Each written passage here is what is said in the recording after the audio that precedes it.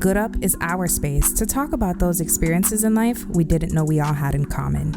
We're the after work happy hour conversation with your best friend. You good up bad, like, hello. The place where you bring up the hard parts of life, the ones that made you laugh, and the things that made you who you are. Because who said becoming good up wasn't a little bit uncomfortable?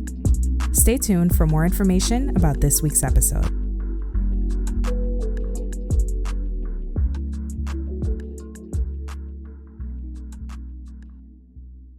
Morning. Good afternoon.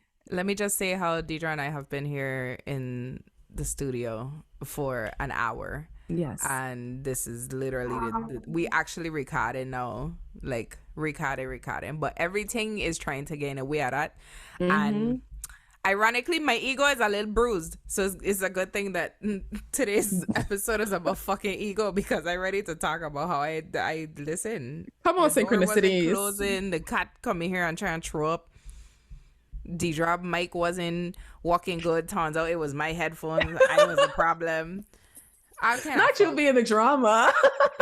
Is it me? Am I the drama? I the drama. Whenever I see that video, I'll be like, yeah. I don't even have to question it. I'm not one of those like people who does not recognize when they're like, I am fully aware that 99.99% of the time is me. I am the drama. I probably came into the room with the intention of being the drama, to be honest. You know what? I love the self-awareness. I have to be, because if you are Aries and you ain't self-aware, then use one of those Aries that everybody will be like, can you not invite her, please? Because she's... Yeah, and nobody wants to be that Aries. That Aries, right? And even like, I'm like working diligently to make sure that Dylan is not that Aries. But Dylan is hella wise. It's like crazy to me. Like, listen, it's crazy.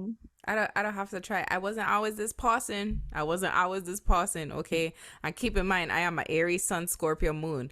I love to mech fuck, okay? You're very influenced by Mars, honey. Yeah. Mech and fuck is like embedded into my spirit on an ancestral level. So I have to be aware that I'm the drama. But anyway, speaking of drama.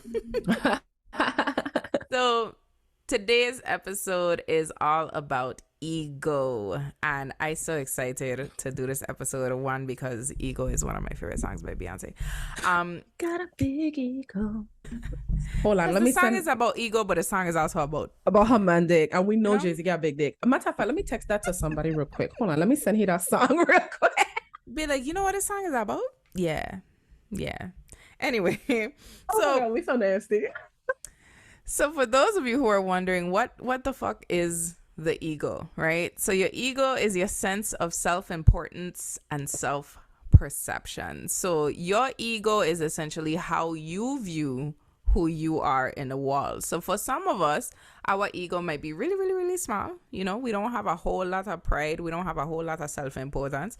And for some of us, our ego might be really, really motherfucking big and be like, yeah, I am in fact that bitch, and I should be treated as such. Yes.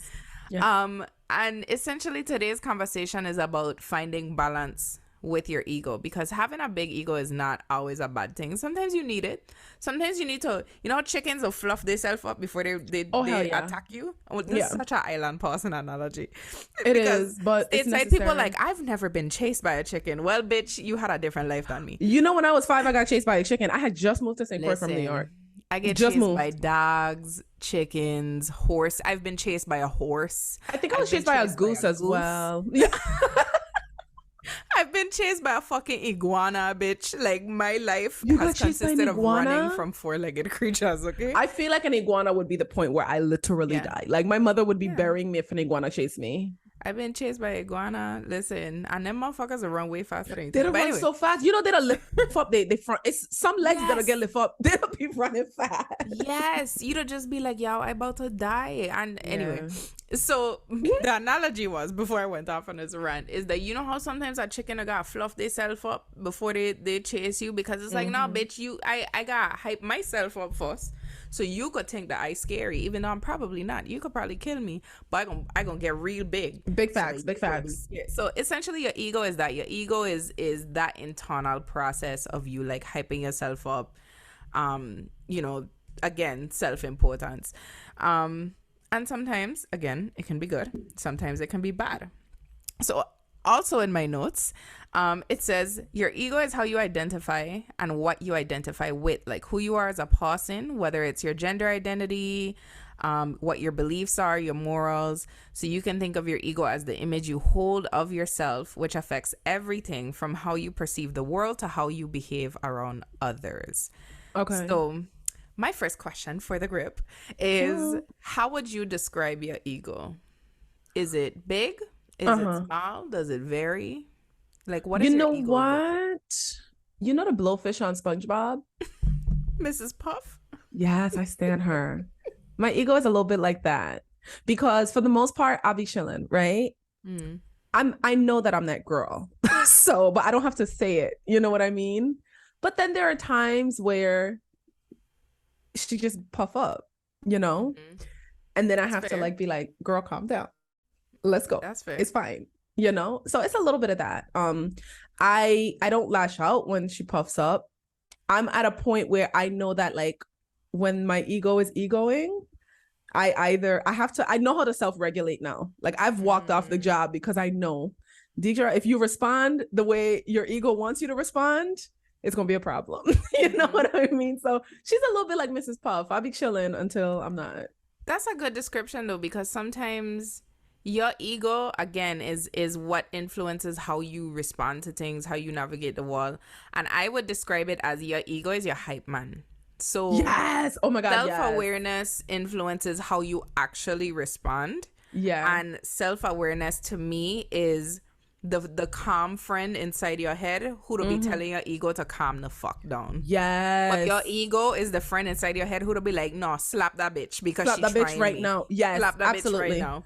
Absolutely. So, and my for calm me- friend, you know what my calm friend does for my ego when I'm really pissed? I play Interlude by Jay-Z. I just go and I blast Interlude by Jay-Z until I feel better. And sometimes you don't have to stroke your ego. Sometimes you don't have to be in the car, you know, hyping your ego up a little bit, but then you gotta be like, all right, now I gave you what you needed. Now you need to go sit down and calm the fuck down for the rest of the day because you can't be out here wilding. Yeah. So yeah, my ego, I probably would describe it similarly. Sometimes my ego is a big bitch. Sometimes my ego want to walk in and knock every fuck off the wall and be like, and what you gonna do about it, right? Yes. And my ego, I think, comes out a lot on a podcast. Like, I could talk my shit in here because this is a safe space, you know? Yeah. This is a safe space. Absolutely. It really doesn't affect anybody when I talk shit on a podcast. But in real life, I'm much more subdued. Like, I don't be at walk talking the shit that I'd be talking on Instagram or on this podcast or speaking in the sort of confident, like, I don't give a fuck manner that I do on the podcast. That's really mostly ego because, you know, every now and then you gotta let that bitch out. But you know what? Jay-Z said it best. He said sometimes you need your ego. You gotta remind these fools. Our ego is, go ahead, girl, because you know I'm gonna get to my listen, and I fully agree because sometimes I need to listen to Cozy and I need to walk into my job like, you bitches are so lucky to have me. You don't even absolutely know. This building would crash without me. This roof would cave the fuck in had I not come in here and send the email that I just sent. I am that bitch, right? And then sometimes I'll be like, oh my god, it's a team effort. This place would not function without all of us. We're a cohesive unit. But my ego to be like, nah, bitch, it's me. They could never. Yeah, she said, nah, bitch, it's me. I'm dead. Me. I'm dead. You know what's funny? So in the job that I do, it is a cohesive effort. Like, we don't have a choice, right? And it's funny, and this is probably because I'm an Aquarius sun. I take the most pride in recognizing my subordinates, like my team, because I'm a leader at work. So I take the most pride in knowing that the team that I'm leading likes being led by me. I take a lot of pride in knowing that they say, Deidre is such a good leader to have. Would you argue that a part of that is ego? Because like, even though you want it to be very team focused and like you love to celebrate your team, a part of you also loves for your team to view you as such a good leader, a good boss and a good leader. Yes, absolutely. I'm okay saying that that's a part of my ego, especially because I have been that person who had terrible bosses. So it's a combination of me liking being associated with being such a good leader, but also me empathizing with them, right? But yeah, so that's my ego I feel about my team too, because I'm just like, I literally just came from the position that literally every person in my department is in, right? Exactly. And the only difference is that I became the director. So now my job is to make sure that they have what they need to succeed within that position. So I try to approach it as, okay, what did I need from my boss when, like, what did my boss do really, really well that I felt supported when she was doing? And like, what were some things that maybe she could have done more of? And like, that's what influences my job. But I won't lie. When my CEO to come out and say, yeah, this thing happened because hey, as I do that fuck, my ego to be like, yeah, and remember that fuck bitches. Exactly. Oh, absolutely. And you better. And you motherfucking better. Yeah, I would describe my ego as like, if your ego was literally just like an extra like personification of you, my ego there in the back with some sunglasses on and like a scarf and like just done up and standing in the back leaning on the wall like, yeah, said I fuck again. It was hey Isa. Okay. Yes. You know who my ego is if I had to? I don't know if you are familiar with the gif of the lady standing on the stairs with the very long robe who falls to the ground. She's very much that. She's chilling. She's beautiful. She's going to very like graciously like hype me up, but also she will tumble down the stairs if you come if you I feel like my ego is more, I don't want to say violent, but she's very combative. She's very like, I will burn this fuck down. Please play with me. Like my ego is a fire sign. We talked about it earlier. Yes. I am a Aries sun and a Scorpio moon. My ego like to make fuck, and so I support her. My ego is very my ego is very. It's more so Miranda Priestley. When my ego is involved when my tone comes down significantly and my breathing is regulated and I really want to cut you motherfucking deep. I'm going to say, listen, and I know this about myself, and this is why I make sure that I'm always in check with my feelings, because when I get to a point where I want to hurt you, I don't do the violence. I'm not physically fighting nobody because I don't have like a compass on when to stop, right? So I'm not interested in risking my freedom by physically fighting anybody. Like my threshold is non-existent. That's the thing. But I too big out of shape to be fighting in my big age. Well, my problem is I don't know when to stop, right? And that's in anything. That's why I've ended up in the hospital after a workout, because I don't know when to stop. So I know that about myself physically, but because of that, I am not going to stop when it comes to like, I will come for your whole mind. Like sometimes I aim to have people like in a straight jacket by the time I get done with them. Like that's scary. I know. I'm well aware of it. I've had like arguments with people and they legit like, yo, did you even like me? Like, what the fuck? Like, my ex, that man was losing his shit by the time I was such a bitch to him. Like, I remember him one day being like, God, you're so mean. And I'm like, am I? Like, I don't think I'm being mean enough. Like, you answering the question I was going to ask next, which is, where is one behavior or thing that you do where you could like easily identify your ego? And for me, it's also conflict with other people. Like, I have a hard time apologizing. I have a hard fucking time. My ego would rather jump in front of a moving fucking train than apologize sometimes. I'm dead. Even when I'm wrong, my ego will try to spin it in my head to where, okay, you wrong, but if that person hadn't done that one thing, if they hadn't said it like this, maybe you wanna do what it is you do. So, you wrong. And don't get me wrong, self-awareness is something that I try to work really hard on now because of that. Because my ego has allowed me to, make conflicts much bigger than they should have been, or like get into conflict with people that I really care about. Because instead of just humbling myself and apologizing, my ego was like, nah, actually it was your fault. Oh no. What are you talking about? Like, listen, or my at ego least you know that about yourself though. Yeah, my ego will try to find reasoning behind everything. Like, I did this thing and it was wrong, and I get how you feel, but there was a logical reason behind it, and you just need to understand that I am the way I am. And the person who really like made me realize like, oh, that's a very egotistical thing was my sister, because one day we get into a disagreement and she was like, oh great, typical hey Isa, make it that a person fault. And when she said I fuck, I was like, typical hey Isa. What do you mean? Listen, she bust the fuck out my chest and I was like, wait, this is me as a person? And I've talked about it on the podcast before. That conflict will have, because when I don't follow with other people, cool. But if me and Z fall out, Oh, I don't feel like the God. sky fucking falling down. I don't feel like I'm dying. Like, I do not like to have conflict Oh, with my sister. God. Me and my older sister, given, because she's much older, me and Yeah. her have gone back and forth a lot in that, Yeah. like, older sibling, younger sibling way. But me and Z have always been the closer, like, because we're closest in age of all my mother children.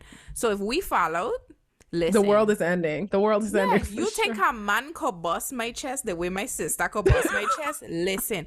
So the day she said that to me, I was like, oh,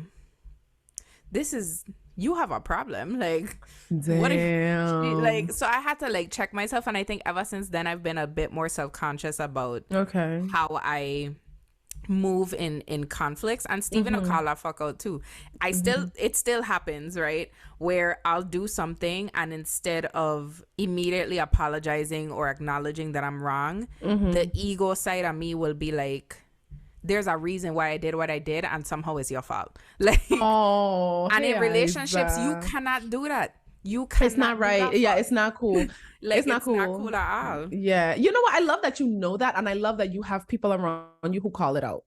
Yeah, I Um, appreciate them because imagine if people enabled that type of behavior and like that's You'd the be type of person I was.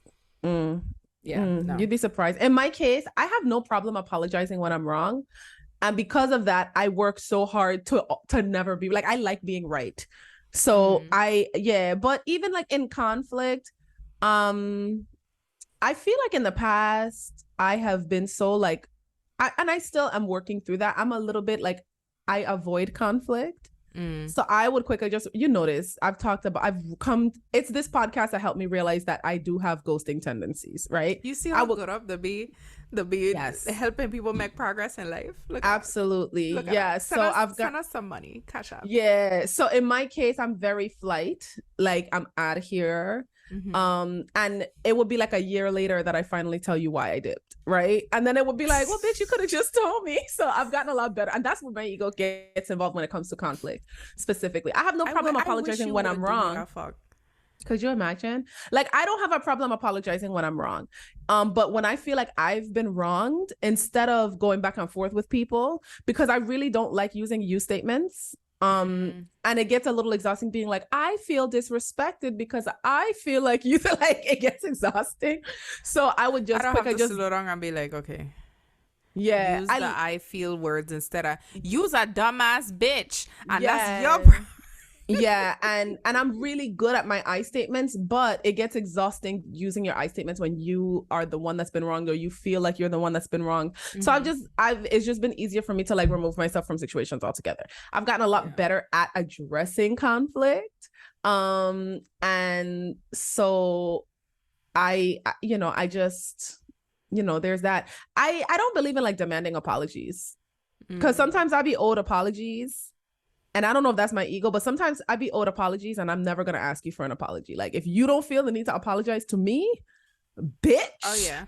That's where, let me tell you, my ego, Listen. honey, that's when she really be feeling like, And I don't know if you've ever noticed it. Sometimes I'll come to you on Diamond and like vent about that situation where like a person is clearly doing something that is upsetting me, or I peep in some shit and I feel disrespected, and y'all will be like, well, do you feel like it's worth having a conversation? And my automatic answer will always be, no, I don't think so. Because in my head, one, I'm already anticipating that person's answer and for that person to not be willing receptive or willing to apologize. But the other side of it is my ego. It's, no, you should know that you get me fucked up. I'm not going to come to you and explain to you how you get me fucked up because you should already know, right? And it really doesn't help me to resolve conflict. And I think conflict is where I see my ego come out the most because it really tries to influence how I navigate disagreements with people. Like my ego will prevent me from, I guess, humbling myself enough to come to a person and try to resolve a conflict peacefully. Like, again, my ego to be like, fuck that bitch. Like, no. Immediately and in no. some situations, because this is not the case all the time, in some situations I choose not to have a conversation or talk it out because I've already realized like this person has gone too far. I'm gonna set a boundary. I want to move on. But sometimes it's ego, and it's my ego being like, nah, I would have rather died. None.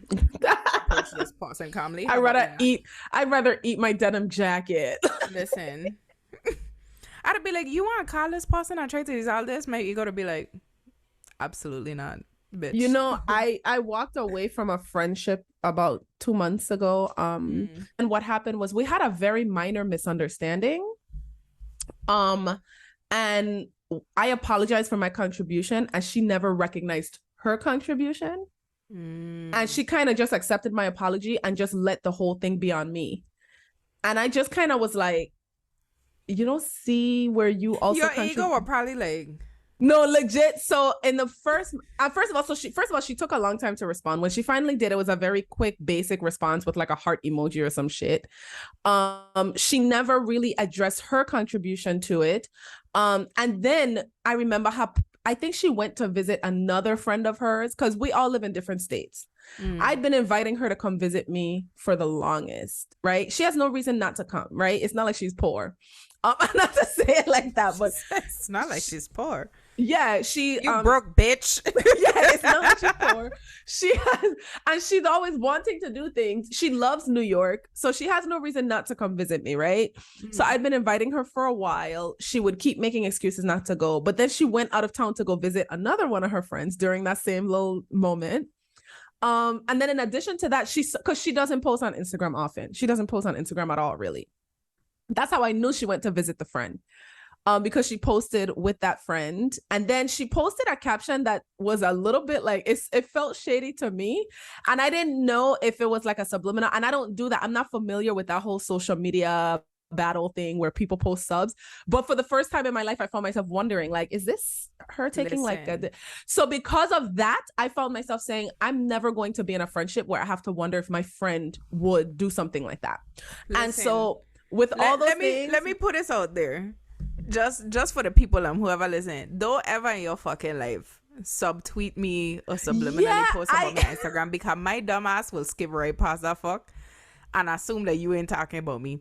And that's if the thing. You don't puff up your little chest to come to me to tell me however it is, don't put a fuck on social media, you know. And you know what's funny? Hey, I will ignore the fuck out of you. Right. So and that's what's funny, right? And the only thing that made me question if it, because I don't do the subtweeting. If somebody's subtweeting me, like you said, I honestly ain't gonna know. But because she never posts on social media, and she happened to post during a small conflict that we had that was so basic and small. She happened to post during that time, and the caption was a little bit like bitchy. I was like, huh? And then I also found out that she went to her other friend's city. I just felt very like, wait a minute. It just kind of felt like I kept getting punched in the body. And I was like, I don't know how I feel about this.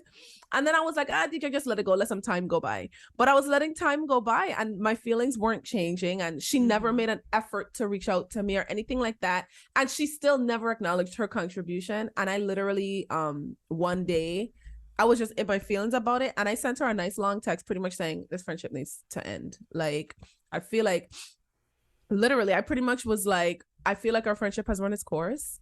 And I also explained why I felt that way. And I expressed, like, I feel like that misunderstanding we had was on both of us. And I feel like it never occurred to you that you contributed to it. And you literally sat there and let me be the person responsible for us having a very minor misunderstanding. And I don't think that's fair. And then even after you apologized, you know, pretending like the apology was accepted and that shit was cool, but then continuing to so I just let her ego kind of run the way that, again, bringing it back to ego, her ego was kind of influencing how she navigated that, instead of coming to you and saying, you know, I appreciate that you apologize, or I acknowledge that you apologize, but I still feel however way about whatever thing it is. Right. Ego will come in and fuck up a friendship so fast. I don't want to pawn your big girl fruit at the looms and open your fucking mouth. And that was the thing, because even during even during like the little misunderstanding, somehow she turned it into me always saying shady things that hurt her feelings. And I'm like, so why have you never said anything to me about that?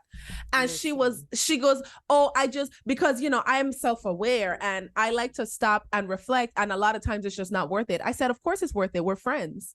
And if I'm you are bothered and it's influencing how you are now navigating or interacting with me, then it is worth having a conversation. Exactly. I said, If first our of all, friendship matters to you, it's worth having a conversation. I said, first Again, of all, you know open your damn mouth. what, open your mouth. Because I'm like, first of all, you know that I value our friendship, and you know that I don't set out to hurt people. So if I have said something that has hurt your feelings, why would you not tell me? And you know, and it was just a lot. And even in that, even when I apologize for my contribution to the misunderstanding, and then I also apologize for I'm also very sorry for every time that I've hurt your feelings and you felt like you couldn't tell me. I'm your best friend. Always tell me if I've done something, because I never want to hurt you. Like, because you know I'm gonna apologize. But anyway, that's beside the point. Let's get back on topic.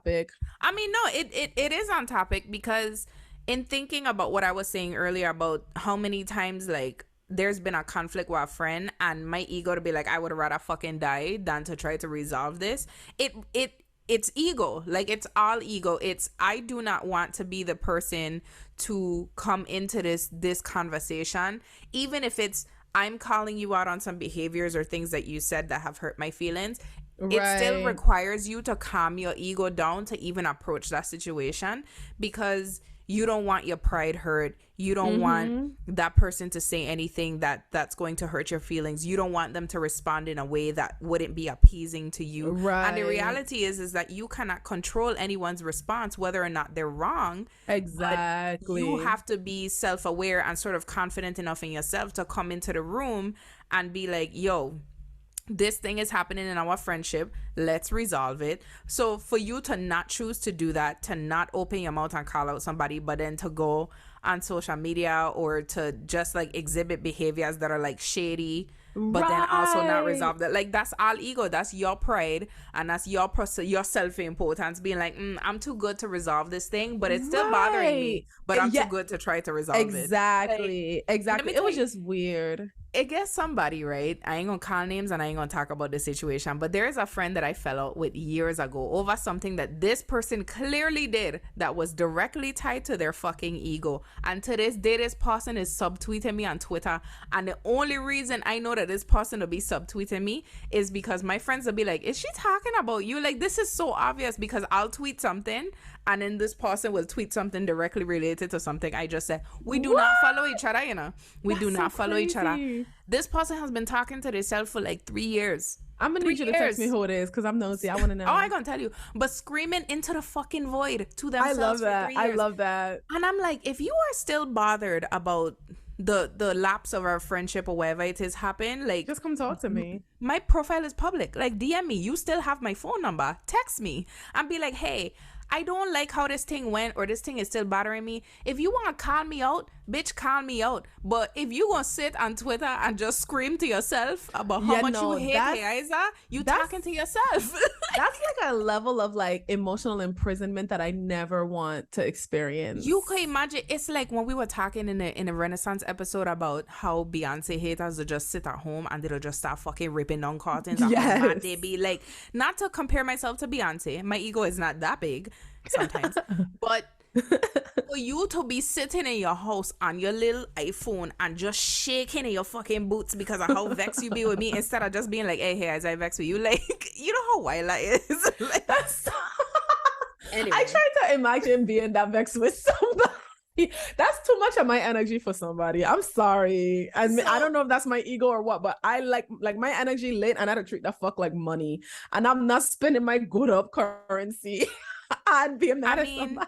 But sometimes that's how a bruised ego looks like. A bruised ego looks like envy. A bruised ego looks like rage and resentment. A bruised ego looks like somebody constantly talking shit and making a person just the subject of their every fucking angry desire. Like, that's what a bruised ego look like. So in turning a mirror on ourselves, because we always do this, we have and you think of a time when your ego was bruised and when you kind of exhibited like signs of a bruised ego when you were wilding because somebody hot up your heart space, basically.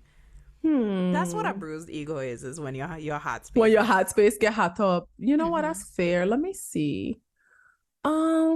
Shit, I gotta dig deep for this one. You go first, because I really have to rack my brain for this one. Listen, my ego get bruised all the time, okay? It's so I can think of small ways. So, for example, if I do something at work or I'm responsible for something at work, but somebody else gets credit for it or praise for it, Oh, yeah, we don't like that. my heart space. They'll get Do you hot say up. anything though? Because it's one thing for your ego Uh-uh. to get bruised, it's another thing for you to display it. Okay. Yeah, I Uh-uh. don't say any. I think I do display it in that like my mood will change Oh. and I will feel some type of way about it. But I don't say anything because the self-awareness to kind of creep back in and be like, okay, Haza, you're not gonna get credit for everything.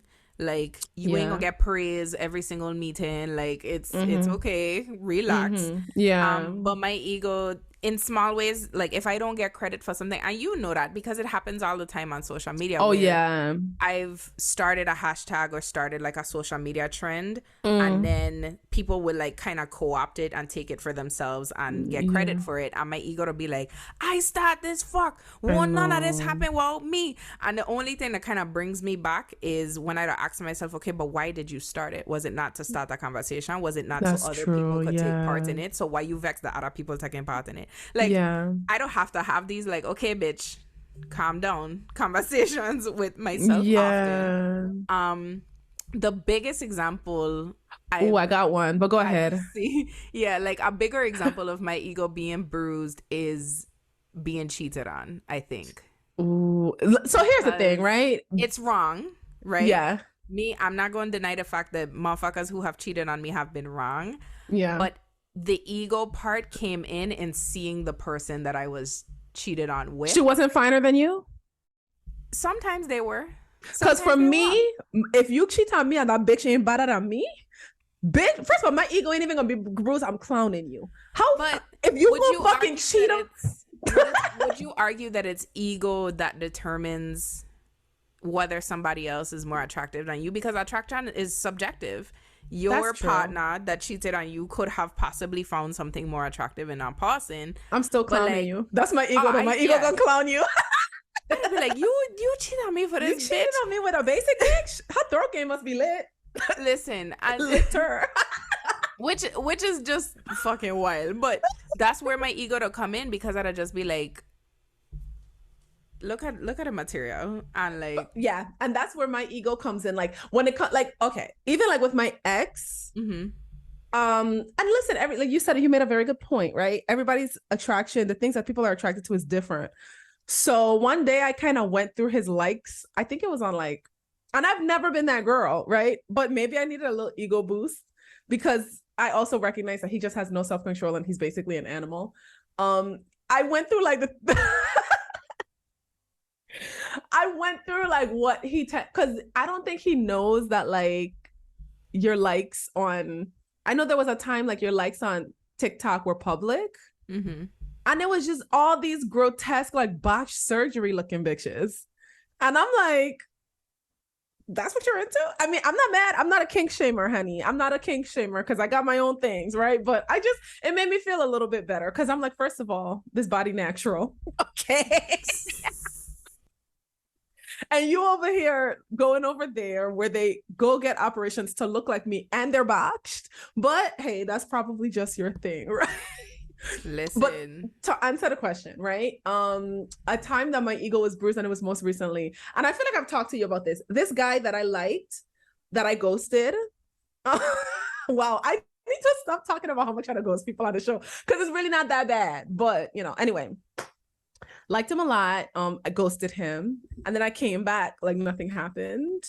And I apologized for ghosting him. I took accountability. I was like, listen, I know that it hurt your feelings and I'm very sorry for hurting your feelings. But anyway, so we had like we tried to have a conversation about it, but eventually like we're in like a good place now. Like we text more often. We're slowly getting back to how we used to talk before. But the thing that really hurt my heart space, right? Because I don't do this for everybody. I made him a playlist and I sent it to him and he never gave me feedback on the playlist. The thing that really had my ego definitely like bruised was because he was not super receptive to my apology. Like he was so like he accepted it, but he was still very guarded and like closed off. And so I was like, okay, fine, Deidre, you're gonna have to take the L on this. You have to determine whether or not it's worth the time, you know? So I've been That's a good example of ego, though, is you kind of humbling yourself down to apologize and facing the reality that somebody doesn't accept your apology or doesn't have to accept your apology. To be like, bitch, Bitch, you know how much it take for me to come to you to say sorry? You should be you should be grateful. You should feel blessed. You should feel right. You should feel better about yourself as a person that I apologize. brought myself down to you. Right. And you gotta be like, you ungrateful bitch. Yes. and I won't say that I felt like I was ungrateful, but I definitely felt like, sir, hello, I fucking apologized. The fuck. And granted, and you know, and I say this and I take pride in it, is I have no problem apologizing when I'm wrong, right? I'm never going to apologize for something that I'm not wrong for. So was I wrong to ghost him? Yes. Was my reason for ghosting him valid? Also, yes. You know what I mean? So I specifically apologize profusely for ghosting him, and also for how ghosting him affected him emotionally and made him feel. You know, I really was careful to acknowledge his feelings and be very understanding of his feelings. I never took the opportunity to say, hey, this is my specific reason for ghosting you. And while it doesn't make ghosting you right, it also was a form of protection for myself. You know, I didn't bother to do that because I'm like, you know what? It's kind of not his problem, but at the same time, I don't know, but I'm just like, you know what, Deidre? You're trying to be a better person, right? Because you guys know I'm tossing everything, the baby, the bathwater, the tub, everything is going. Okay. So I'm trying to do better about that. I'm trying to embrace more nuance. I'm trying to be less black and white, because I know that I've been a very black and white person for a long time. And I'm also trying to be patient because I've recognized, and this is also probably my ego, I don't like repeating myself. And I had to really acknowledge that even when you set a boundary, it takes time for that boundary to be like you have to reinforce your boundaries a lot of the time. My therapist has been helping me to understand that, because for me, I'm just like, I already said that this is a hard no for me, like, or I've already said that this thing bothers me, why do I have to repeat it? And she's like, well, it's your boundary, not theirs. Sometimes people need to be reminded, etc., etc. And to me, that's too much work. You know, but that's probably my ego as well. Listen, and ego, so when I was researching for the episode, I read about this thing called ego death. So essentially the death of the ego. And sometimes ego death can be a really, really good thing for you, because it's things like this. It's you realizing that, like, okay, sometimes you're gonna apologize and they won't accept your apology, and you have to be okay with it. Or sometimes you are going to have to reach out to a person to seek an apology. And you're gonna have to kind of humble yourself down from how you feeling to go to that person and explain to them why you feel the way you feel, or however it is. And like going through that process and kind of building up your self-awareness to kind of cause your ego to die down a little bit. And how they described ego death is like, sometimes it's really, really good for you because it's a sign of personal growth, and you start to realize that, like, this hyped up person you had in your head of who you think you are is not who you really are. But then sometimes ego death could have a really fucked up effect on your brain, because sometimes you are really connected to that perceived self, to that sense of self-importance, and having to humble that shit down the fuck with people sometimes. So you see it a lot with celebrities who, for example, had a point in their career where, like, they was the shit and they were trending and everybody have fuck with them, and then Nicki Minaj. career kind of their career kind of down. Listen, the barbs already come for me last week. Don't send them back for me. You know, the thing is, so I used to be a barb. I actually really loved Nicki Minaj, but I did too. I'm sorry, she is unfucking hinged. Like, I don't know what's going on with Nicki. Like, you've said it before when you were like, if everyone's crazy, you're the one that's insane. Like, if you get beef with every fucking body, you might be the problem. Like, anyway, and if you're a barb and you listening to this, I need you to do some self-reflection, girl. But first of all, if you're a barb and you're past the age of like 25, I have questions. I mean, because and the reason I'm seeing all of this behavior and still okay with it. I'm still okay with it, because for me, I can acknowledge that Nicki Minaj is an amazing rapper, and also acknowledge that bitch needs fucking help. She is a very good example of a ego death or like a really bruised ego, because at one point she was at this like high in her career. She was one of one essentially in the game as far as like current female rappers. And everybody were hyping her shit, everybody wanted her on their features, and now like you've done all these things and your career has taken a hit because of it. But not only that, like you are getting older and these young rap girls are coming out and their music is I don't know, more relatable or more fresh or more likable, and they're, you know, the number ones. And this is not to say that Nicki still ain't finding her success, because she had a number one song not too long ago, but for a long time she wasn't the it girl anymore. And you started to see how that affected her, because then she started piping off at the mouth talking about, oh, I deserve my respect, or I deserve my accolades, or these new girls don't have no respect and they don't pay tribute. And she started to sound like somebody whose ego was really fucking bruised, because that all of that, oh, you need to hype me and you need to be on your fucking knees praising the ground I walk on shit, that is your ego. Yeah, facts. That is all ego. And when someone experiences an ego death, it's essentially you realizing like, oh, all of this hype I had was temporary. Like all of this hype I had was a result of me being a semi-likable person and me having good music. And now that I don't have either, I realize that that love is temporary, or the love I'm receiving now is coming from a really toxic, psychotic fucking fan base. Yeah, that's the only way that I can maintain this ego. So I gonna keep talking my shit and hyping up this fan base and making them attack people, because that's the only way I get. That's the only way I get what it is that feeds me. Yeah. My gosh, woo, so, baby. She's a good example of that. And there are people who act like that in everyday life, where they were at the top of the wall for whatever reason, or you got to the top of the wall using that ego, but after a while it gets tiring. Like we could be hype and we could be like, I'm that bitch, and praise the ground I fucking walk on in a sort of very joking way to hype ourselves up. But if you make that your entire personality, you're going to start to see yourself alienated from everybody else around you, because that's not a way to act in real life all day. Right. And it's impossible to have relationships, healthy, meaningful relationships, when that's your entire existence and your entire personality. Because who wants to only be at the top, right? It gets lonely at the top. Like, who wants to just be like, you know, like, granted, I like my solitude, but I also really like the company of the people that I like. Like, exactly. I like hanging out with my friends. I like, you know, I like engaging with others, but I also really love my solitude. Like, it's a healthy balance. Like, you could sing the intro to Alien Superstar all day, every day to yourself and hype yourself up. Beyonce hyping herself up, but is it not more fun if it's like 30 people in a fucking club singing, I'm number one, I'm one of one, and like fun, everybody... hyping each other up in the process. Like it's the same thing with ego. Like, yes, have your ego, talk your shit, mama, get in the mirror and be like, wow, I really am a bad bitch. My husband is so blessed to have me.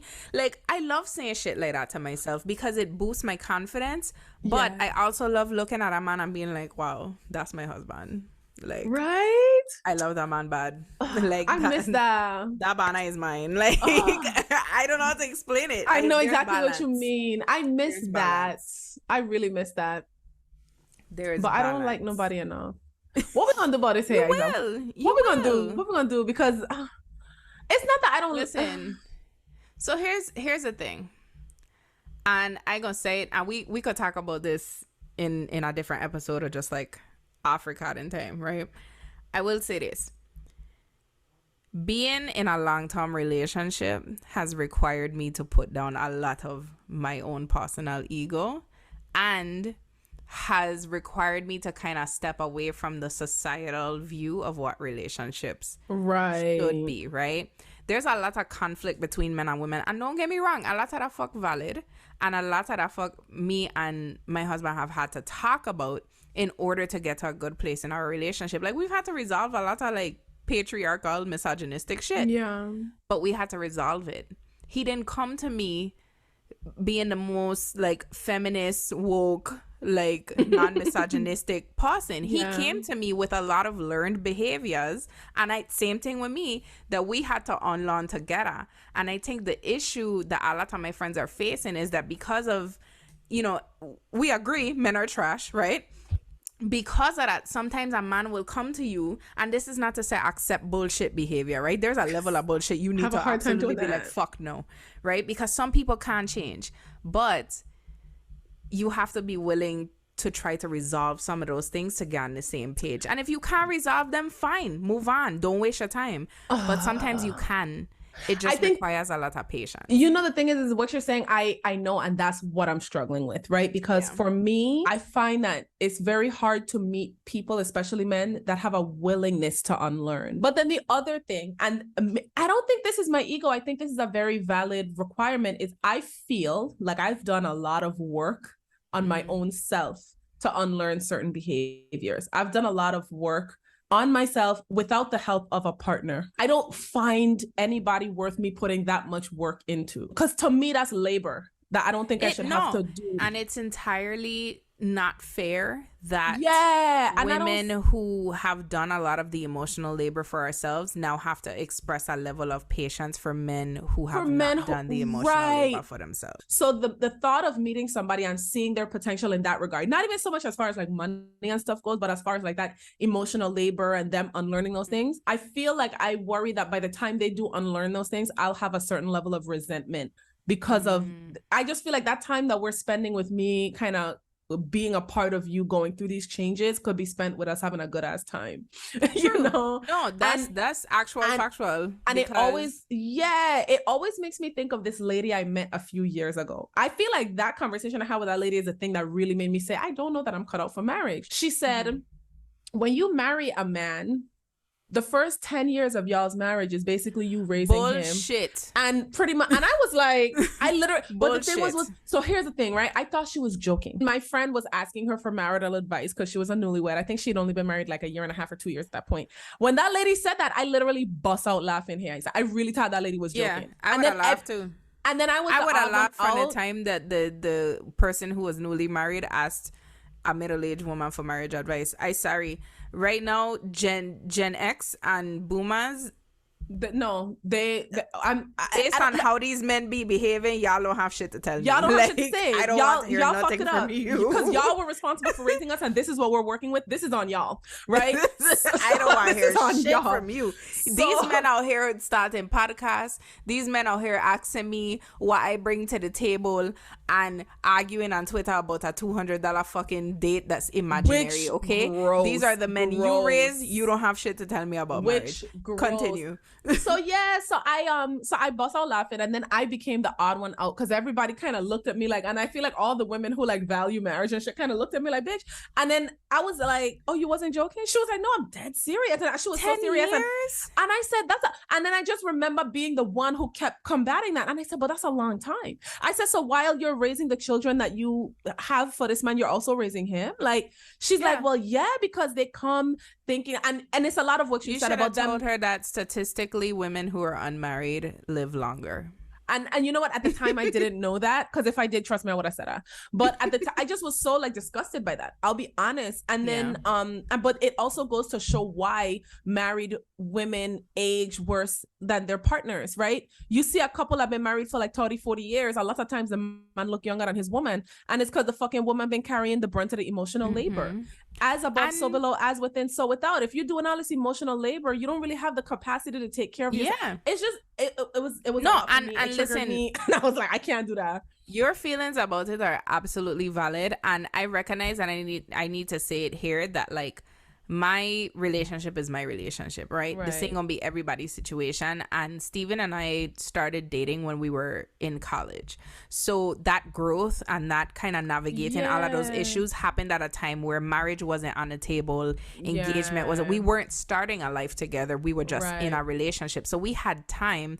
Which is why when people will be like, oh, if I did with you 2 years and you ain't proposed to me, I ain't taking that fuck, like, okay, you need to be sure about that shit, because I'm telling you now, I've been with the same person for 8 years, 7 years, I can't remember, and we in the last maybe 3 years have just gotten to a place where we really understand each other, where we're at a level of self-awareness that we can really pour into this relationship in a way that isn't petty and like dealing with all the extra bullshit. But those first couple of years, we were dealing with all the extra bullshit. But again, we had the privilege of being at an age and in a period of time where we had time to do that. Yeah. And I think this day and age is like, you have the tools. You have all of the tools. Tying it back to the episode topic, like, more people need to start putting their fucking egos aside and going to therapy, putting their egos aside and working on self-awareness, because that's what's affecting dating and making it so difficult to get past all this bullshit social media, like, oh, what would you do if a girl wanted to put 200? All of that shit is ego and bullshit and fluff and mess. It's like, so dumb. And you know, it's so funny because while I was getting ready for the episode, I found myself saying, I feel like our community talks too much about like dating and relationships. Yeah, it's like all like it's too figurative, it's too imaginary, it's too theoretical, it's too hypothetical. Yeah, it's just like y'all are spending a lot of time on that instead of, for one, working on yourself. But even in that, right, if you're a person who really wants to be in a serious relationship, then you determine what you want. But you know, the thing that makes you and Steven's situation unique, and I'm saying it, is that willingness. You and him have a shared willingness to grow together, and that's the thing, right? And there's an establishment in this relationship of, if you don't get your shit together, I will leave you, on both sides. Like, we're very open about breakups, and open y'all are about equally divorce. Yoked, and I love that y'all are equally yoked, and I'm just like, Deidre, you're not move to Florida, play with me. Okay. Oh fucking K. You know, I don't know. So but then also not to be like the person doing the plugs. A lot of it has to do with us and how we're wired, right? And our astrology has a lot to do with it. And even just like looking at my natal chart, it's like partnership is just not a thing that's like on my, and it kind of sucks. And that's not to say that because I don't have placements that support partnership, it doesn't mean that I'm not going to have a good partnership. It just means that my priorities as an individual, as a soul that came here, are not like partnership. And maybe it's that maybe it's that the person who is going to come into your life is a person who shares that with you, and your relationship won't look like a traditional long-term relationship. And maybe you know it's not marriage. Maybe it's an open relationship. Maybe and you know that it's funny you said that. Polyamory, bitch. Go get 5 boyfriends. I will. No, dead ass. Hey, it's funny you say that, because I recognize that might be, that's something that I need to explore. And I think that, so there's this polyamory love coach that I follow, Kenya K. Stevens. I'm like a huge fan of hers. I love that lady. Have 2 husbands living in the same house. Like, I love that lady bad. But I hosting. It's wild to me, but it's so sexy at the same time. I love that lady. But anyway, I can't see myself having 2 men sharing a house. That my ego would love that. Let's be clear. I wake up in one man room and then have breakfast with the next one. I don't know that that's the way they live in. Let's calm down. Y'all need your own apartments. I have my own apartment. Yeah, that's what I feel like. Days. I feel like that would be what works better for me, right? And mind you, one of her husbands has a second wife. Like, they're polyamorous. Everybody have multiple partners. Like, I think it's very beautiful. I think it's very gorgeous. But she has a daughter that's in her 20s, and her daughter is like a coach in her business now and all that jazz. And I've been considering utilizing the daughter's services, because the daughter, so the mother, the Kenya K. Stevens, she coaches couples that want to transition out of monogamy into polyamory, and she works with couples that have been married for a certain amount of years and all that jazz. But her daughter works with people more so in our age group who are still single but feel like they might be better suited for polyamory. She helps give you the tool. I actually really want to have the daughter on the podcast now that I'm saying it. I want to send this clip to her, because I really want to have her on the show. Reaching out. I'm gonna reach out to her, because the daughter, from what I understand, her business is she works with people who are like younger and who are single, who want to establish themselves as polyamorous. And what they do is they give people the tools to navigate polyamory. Because the thing about polyamory is you have to have a certain level of self-awareness. There's so much self-work that goes is important. Consent, being ethical, you know. So I've been following Kenya Stevens for a few years now. I actually really admire her and I respect her. Because even the tools that she shares, it's also for, like, it supports monogamous people as well, right? So I've come to realize, like you said, maybe it's not that I'm not cut out for a monogamous kind of relationship. Because I'll be honest, there's a fine, in my opinion, there's a fine line between like a healthy partnership and codependency. And codependency triggers the fuck out of me. The minute I feel like there's codependency happening, I want to flee the scene. Like, Yeah. And I'm not gonna lie, in long-term relationships it's very easy for codependency to develop, because you essentially are bonding your lives, right? So, and I talked about this in our last episode, or last two episodes, where there was a point where I felt like I was losing my autonomy, and it caused me to get depressed, because my independence and my autonomy is very important to me. But naturally, being married and in a long-term relationship makes you codependent. So sometimes like I would want to go out or go on trips, and I would go on a trip and be miserable because I miss Steven and I wish Steven were there. And it would piss me off, because I would be like, you're supposed to be having fun. Like, but you miss your husband. Yeah. So I've had to take the steps within my relationship, and he does the same thing, where like we have our own spaces. We independence for ourselves, but we still have a life together, you know? Yeah. But yeah, I think we definitely need to do an episode on like polyamory and probably codependency also. Let's do it. So let's do that. I'll write the notes on it. But yeah, just wrapping it all up and bringing it back to ego. I think it's important for us as people in our age group, as people who want to be self-aware, as people who want to be emotionally intelligent, because that's really the basis of this podcast, is emotional intelligence. Facts. Like, all of this work that we're doing, if you don't acknowledge your ego and kind of get to a place where your ego has a leash on it, all of this work that you're gonna be doing will be for nothing. You can't go to therapy with ego. You can't resolve conflicts in your life with ego. You can't set boundaries based on just your ego. Like, all of these things are connected.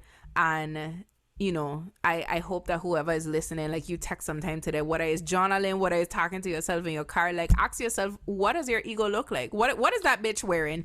And where does he or she stand in the room? And how much control does that person have in your life? And should the ego have that much control? Right. You know what? So this is something that me and my clients work on. I always let them know. Now, my philosophy on the ego is I do think that the ego is a necessary part of the team. And when I say the team, I feel like us as individuals, we have different archetypes of ourselves that like those little TikToks with all the different personalities. Yes, it's very much that.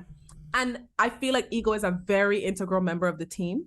The team that I am operated under, it's my inner child, my higher self, my ego, and my physical self, the person that's here right now, like my earth version of myself, right?